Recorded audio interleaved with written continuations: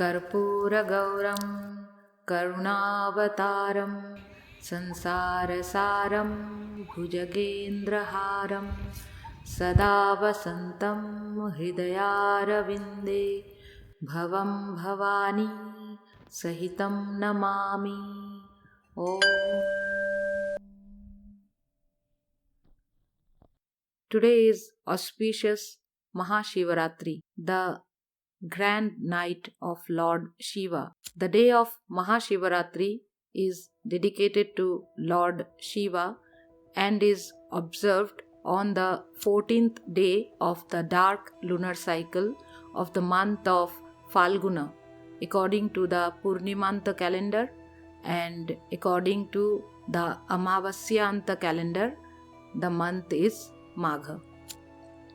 MahaShivaratri is the auspicious night when Lord Shiva unites with Shakti. Shiva without Shakti is Shava, or a corpse which is unconscious.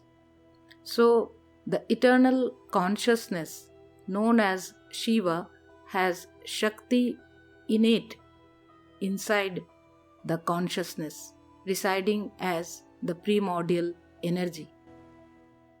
The night of MahaShivaratri is the grand night of creation. The creative energy is at its supreme on the night of MahaShivaratri. That is why, according to Hindu tradition, the night of MahaShivaratri is the night of awakening.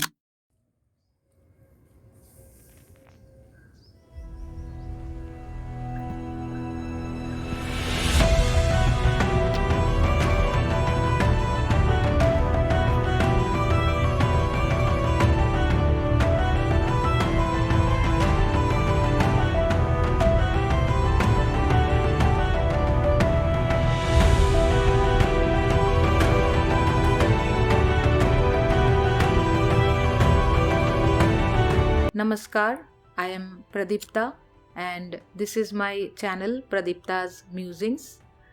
If you like my musings, do please subscribe my channel and don't forget to like and share my musings if you find them enjoyable and if you are in sync with my thoughts. Thank you so much. The devotees who observe the MahaShivaratri Vrat stay awake the whole night and chant the holy name of Shiva as well as do worship of Shiva in a ritualistic way by doing Abhishekam in all the 4 prayers or time spans of the entire night. Shiva is also known as Mahadeva, the greatest of all gods. And Shiva and Shakti are the same entities because Brahman and Shakti are the same. The two cannot be separated. Shiva is the eternal consciousness which pervades the entire creation.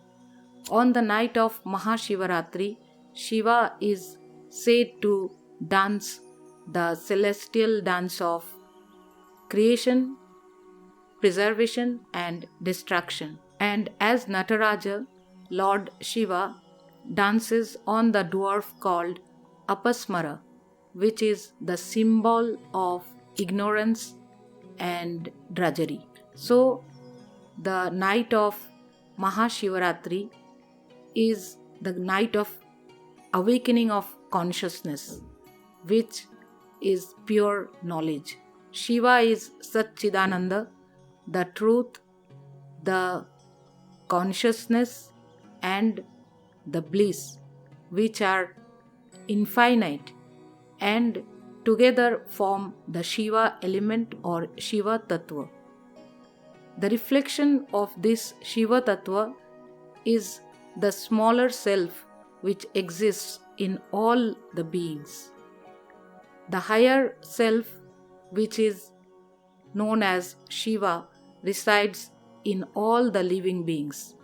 So, Swami Vivekananda has aptly said, Shiva Jnane Jiva Seva, which means considering every living being as Shiva, one should offer service to every living being in all possible ways. And this is true Shiva worship. Ritualistic worship has got its own benefits, but the main worship of Shiva is through selfless service to all the living beings, that is, all the jivas which are living incarnates of the great Shiva. As about formal worship of the Shiva Lingam, I am showing it through small excerpts in my video today. Har Har Har Bhutanath Pashupate, Har Har Har Bhutanath Pashupate.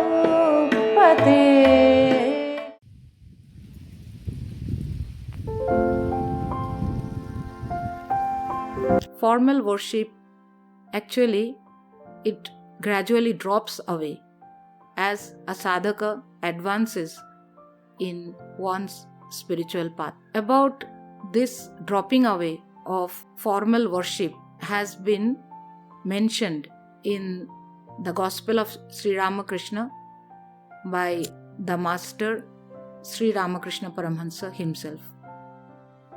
I am reading out a small excerpt of Sri Ramakrishna Paramhansa's own experience from the Gospel of Sri Ramakrishna, which has been translated by Swami Nikhilananda, and it's an abridged edition of the Gospel of Sri Ramakrishna by Sri Mahendranath Gupta, and it has been published by Sri Ramakrishna Math, Chennai. So from the page 255, I am reading out the great master Sri Ramakrishna Paramhansa's own experience. In his own words, he says, "One day, while worshipping Shiva, I was about to offer a bell leaf on the head of the image, when it was revealed to me that this Virat, this universe itself, is Shiva. After that, my worship of Shiva through the image came to an end." Shiva and Shakti together symbolize creation. The great creative energy is Shiva and Shakti unified. And this is all about the celebration of MahaShivaratri. During MahaShivaratri, we can recite the Mahamrityunjaya mantra, which liberates from the bondage of repeated birth and death. All our desires are at the root of the repeated cycle of birth and death.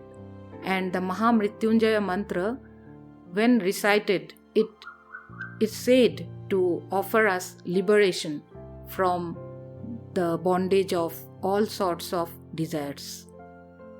Sri Ramakrishna Paramhansa has also told in Ramakrishna Kathamrita, as it has been mentioned, to offer our prayers to Shiva and Shakti to liberate us from all the desires which create the bondages and make us go through the repeated cycle of endless births and death. The Mahamrityunjaya mantra is as follows. Om Triyambakam Yajamahe Sugandhim Pushtivardhanam Urvarukamiva Bandhanan Mrityurmukshiya Mamritat. Om